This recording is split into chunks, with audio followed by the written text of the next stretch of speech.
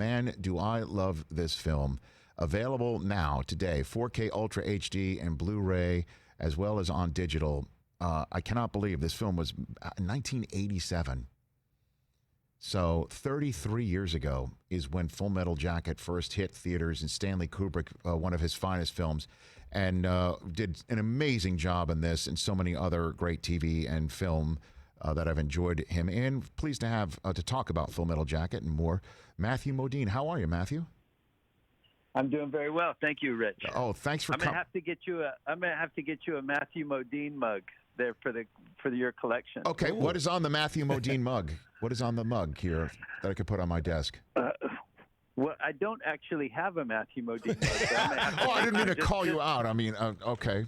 Just because I want to be on that cup shelf of okay. shame. So maybe is there? Do you have any? Do you have an item from Full Metal Jacket that you still have that you're proud of having? Do you still have any? Do you have anything from that movie set at all? Yeah, I have a Mickey Mouse watch and the peace button from my that I wore throughout the Viet Nam section of the film. My peace button and the Mickey Mouse watch. Where you were called out for wondering if that's your version of a sick joke, correct, from that film? Yeah. Actually, I forgot. I also have my glasses. I have a pair of those glasses. I mean, it is such a classic film, Matthew, and I just want to start, I guess, with the broad question of what it was like to be in the employ, if you will, of Stanley Kubrick for that movie. Well, I can't compare the experience of working on Full Metal Jacket with any of the other experiences I've had working on films, just because of the sheer length of time. My wife and I were in England. My son was born there. It was about almost 22 months, almost 2 years of being in England with Mr. Kubrick, and the experience was extraordinary. The good news is that there's an app. There's called Full Metal Jacket Diary. It was a book, and then it was made into an app by one of the geniuses at Apple Computer, a young man named Adam Rakoff. He took the assets that were in my book, my diary, and the photos, and he did high-res scans of them, and then had me record well, I guess let's call it the dialogue in the book. And he made it into this amazing, award-winning, what they call an appumentary, that's free right now to celebrate the release of the book. So if you have an iPad, if you can borrow an iPad, the iPad app, Full Metal Jacket Diary, is free right now. So that kind of covers all of the stories that I had while I was making the film, and it's from the point of view of a young 24, 25-year-old kid who's gone off to work with arguably one of the greatest film directors to ever get behind a motion picture camera. So, and again, it had been 7 years since his previous film. His previous film was The Shining. He had not put out a film since that classic, and now here he is putting his take, if you will, on the Viet Nam War experience. What did he do to you guys on the set to make you feel like you were really in the you-know-what? Well, he wasn't like a method director, and the only person who was kind of like that, I think, was Vincent D'Onofrio, who kind of went into character and kind of stayed in character. He played Private Pyle, who shoots himself in the latrine at the end of that first boot camp sequence. But Stanley Kubrick, to everybody's shock and sometimes dismay, was not a horrible, mean person. He was cruel, but he was fair. He said the reason he has to do so many takes is because so oftentimes actors don't know their lines. And when he says that, he doesn't mean that they don't, they haven't memorized them and show up and repeat their lines. That knowing their lines had to be something that was as unconscious as a Marine recruit who could take apart their rifle and put it back together with a blindfold on. That you had to really understand what it was you were saying to the point where there was no other logical thing for you to say.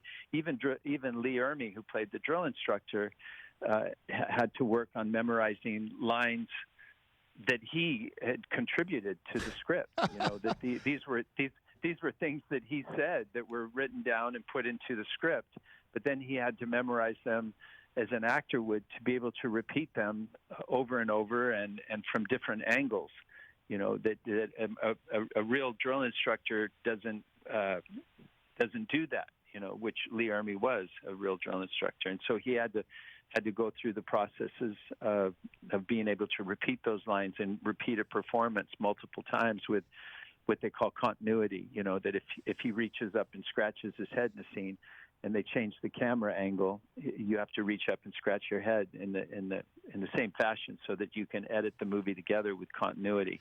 We've all seen those mistakes in movies, right? Where somebody's holding a cup of coffee in one angle, and you cut to another angle, and he's not holding the coffee. He's taking a puff on a cigarette from this angle, and there's no cigarette in his hand in the next scene. So, what would be the average number of takes you had on Full Metal Jacket with Kubrick, Matthew? Well, I like to think of Arliss Howard. Arliss played cowboy in the film. He was in boot camp and in the Viet Nam sequence. When we get ready to go into that place, the square where the sniper is, that's picking us off one by one. So there was before there, when 8-Ball gets up and goes into the square and gets shot. We were at that wall. Arliss said, "I don't care if this is the greatest scene in the history of movie making. I'm going to tell everybody that I was at this wall for 1 month." So that sequence, which is probably, I don't know, maybe 3 or 4 minutes of film, we were at the wall for a month. Get out of here. But do you ever want to say? Did you ever want to say to him, hey, or as you refer to him, even here in 2020, Mr. Kubrick, come on, we got it. Did you ever want to say that at some point? Never. And he said it early on to me. Early on, he invited my wife and I to his house many times for dinner. And, yes. And he said, isn't it funny how people say, how many takes do I take? Like, what difference does it make how many takes I do? He said, would you ever go to Pablo Picasso and say, hey, Pablo, I really love that painting. How many strokes? Or would you say to Beethoven, how many notes in that symphony, Ludwig? And, when you're in the process of creating something, maybe that's why we're talking about the movie 33 years after the fact, is that what it was, this elusive thing that he was looking for in order to be able to move on and say, good, cut, we got it, let's move on.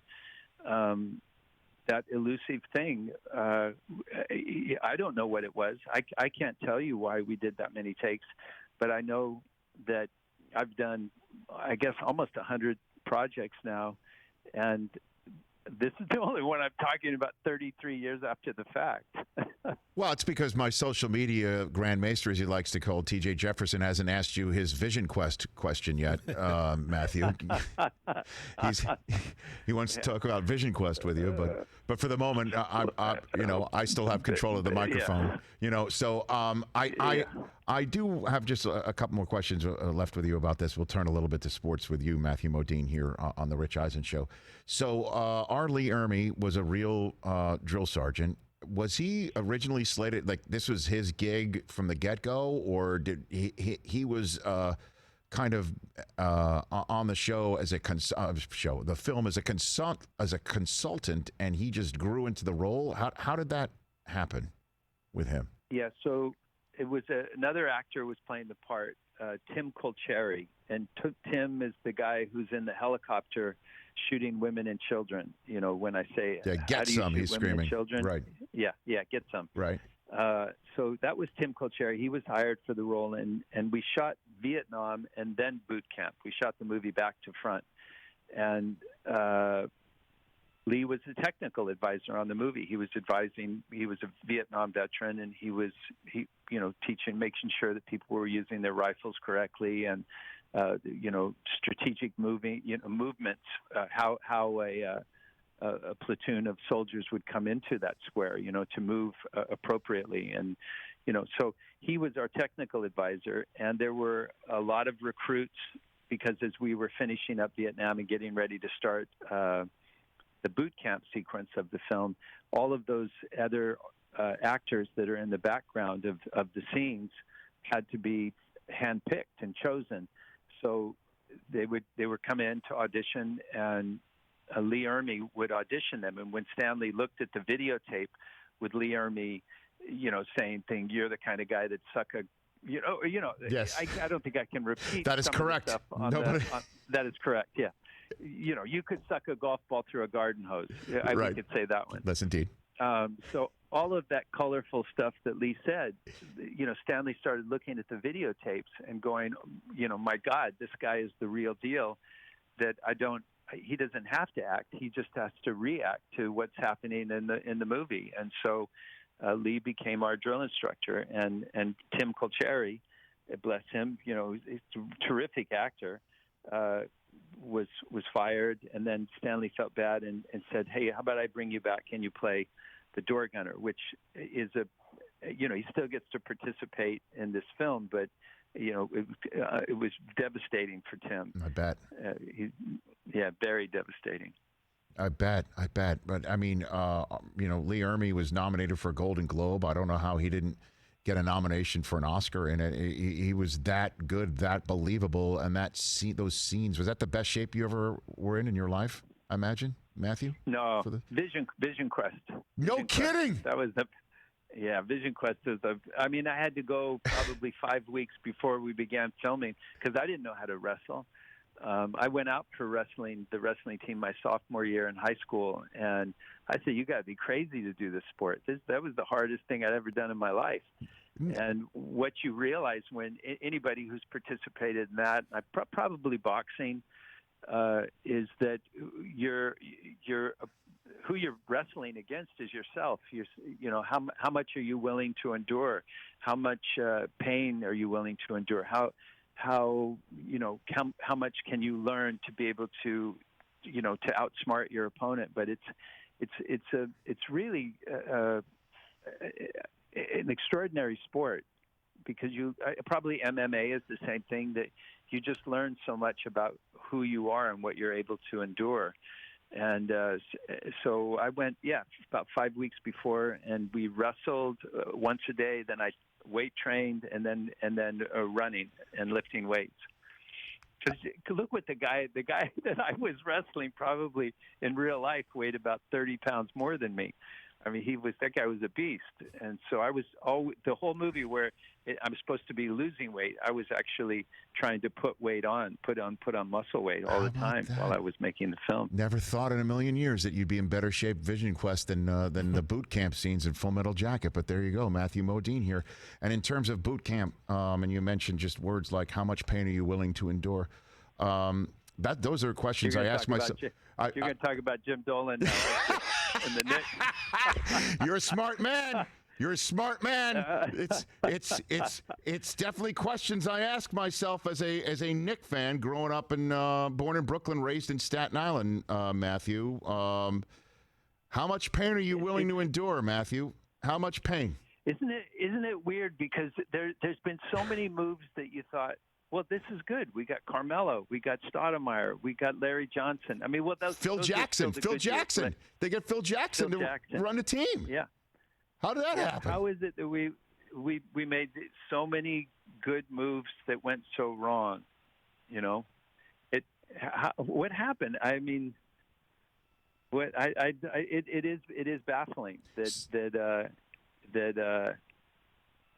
it's like standing with somebody who keeps putting quarters in the slot machine and never wins. It's interesting. You think? Yes, the Knicks are a one-armed bandit, basically, is what you're saying. Is there any part of you that thinks, Brooklyn Nets aren't a bad team to root for?